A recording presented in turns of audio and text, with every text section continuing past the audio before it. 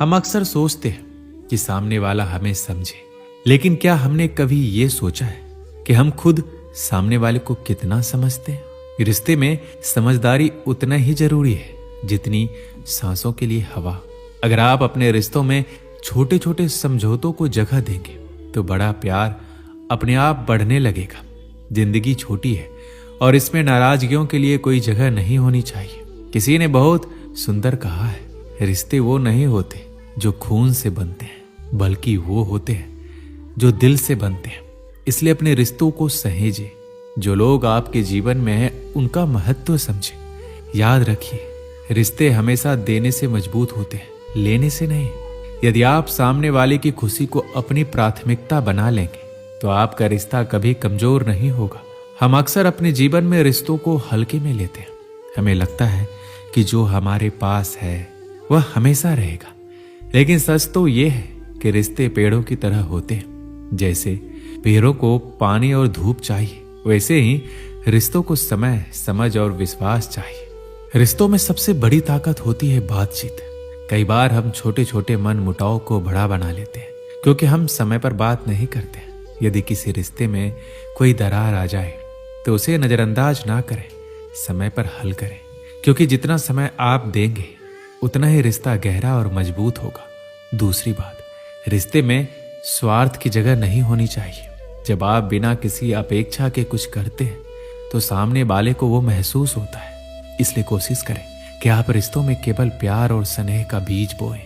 हम अक्सर सोचते हैं कि रिश्ते निभाना कठिन है, लेकिन ये इतना भी मुश्किल नहीं है। रिश्तों में सबसे जरूरी है छोटी छोटी बातों का ध्यान रखना। छोटी चीजें बड़ा असर डालती है। किसी का हालचाल पूछ लेना, किसी की मदद कर देना, किसी की तारीफ कर देना, ये सब रिश्तों की मिट्टी को उपजाऊ बनाते हैं। रिश्ते में उम्मीदें रखना स्वाभाविक है क्योंकि ये विश्वास और प्यार का प्रतीक है। लेकिन जब हमारी उम्मीदें पूरी नहीं होती तो निराशा हमें घेर लेती है। यही निराशा धीरे धीरे रिश्तों को कमजोर कर देती है। पर क्या ये सही है कि हम केवल अपने उम्मीदों के आधार पर रिश्ते को मापें? शायद नहीं।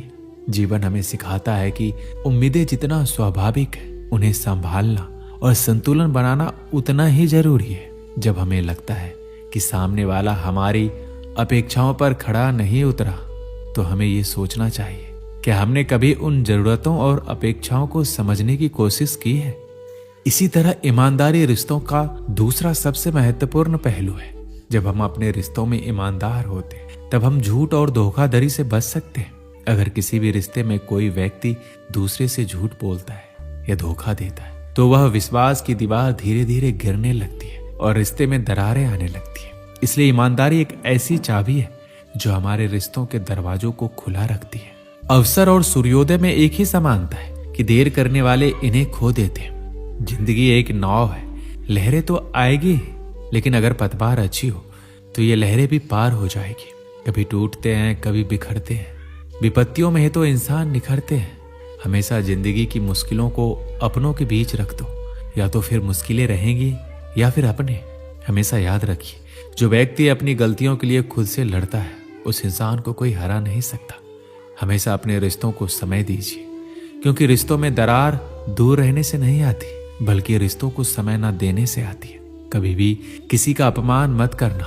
आप शक्तिशाली हो यह अच्छी बात है, लेकिन वक्त आपसे अधिक शक्तिशाली है, तो ये कभी मत भूलना। हमेशा याद रखना कि किसी का सरल स्वभाव उसकी कमजोरी नहीं होती है। पानी भी सरल होता है, लेकिन उसका तेज बहाव बड़े से बड़े चट्टानों को भी तोड़ देता है। झूठी कसमें खाने से इंसान तो नहीं मरता, लेकिन इंसान का विश्वास जरूर मर जाता है। कीमत दोनों ही बातों की चुकानी पड़ती है, बोलने की भी और चुप रहने की भी। अगर तूफान ज्यादा हो तो कश्तियां डूब जाया करती है। अगर घमंड और अहंकार ज्यादा हो तो किसी भी इंसान की हस्तियां डूब जाती है। दुख भोगने वाला इंसान आगे चलकर सुखी हो सकता है, लेकिन दुख देने वाला इंसान कभी सुखी नहीं हो सकता। कांटों पर चलने वाला व्यक्ति मंजिल पर जल्दी पहुंच जाता है, क्योंकि कांटे पैरों की रफ्तार बढ़ा देते हैं। इंसान अपने जीवन में ये दो चेहरे कभी नहीं भूलता। पहला मुश्किल में साथ देने वाले का, और दूसरा मुश्किल में साथ छोड़ने वाले का।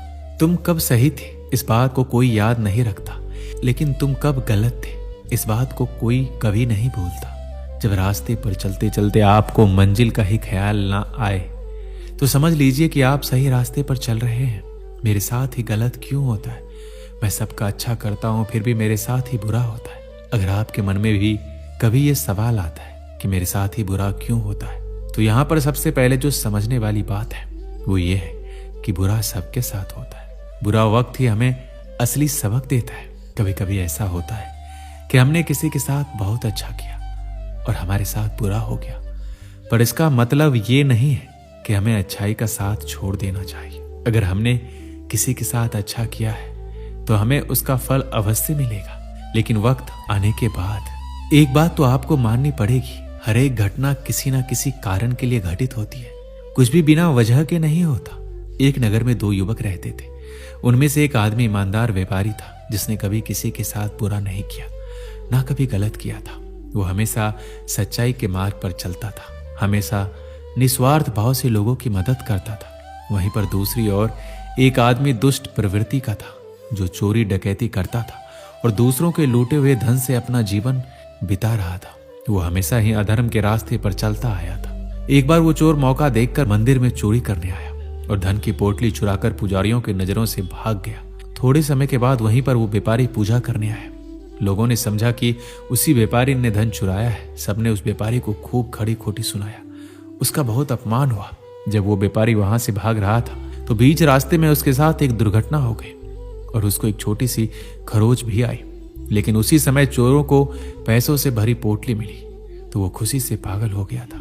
अब ये जो व्यापारी था उसने अपने घर जाकर उसके घर में भगवान की जितनी भी सारी मूर्तियां थी वो सब हटा दिया और भगवान से नाराज होकर अपना जीवन व्यतीत करने लगा। समय बीतता रहा। कुछ समय के बाद उन दोनों की मृत्यु हो गई। जब वो दोनों यमराज के पास पहुंचे तो व्यापारी नाराज स्वर में यमराज से बोला, मैं तो सदैव ही अच्छे काम करता था, जिसके बदले मुझे अपमान और दर्द मिला और इस अधर्म करने वाले दुष्ट को धन से भरी पोटली मिली। आखिर क्यों?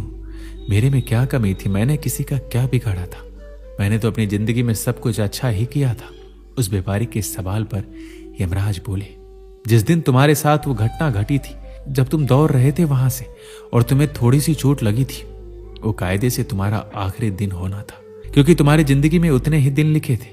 लेकिन जो तुमने अच्छे कर्म किए थे बीते हुए दिनों में, उनकी वजह से तुम्हारे उस दिन की लिखी हुई मौत वो केवल एक छोटी सी चोट में बदल कर रह गई। दोस्तों, इस वीडियो में बस इतना ही। मिलते हैं अगली वीडियो में। अपना ख्याल रखिएगा। जय श्री कृष्ण।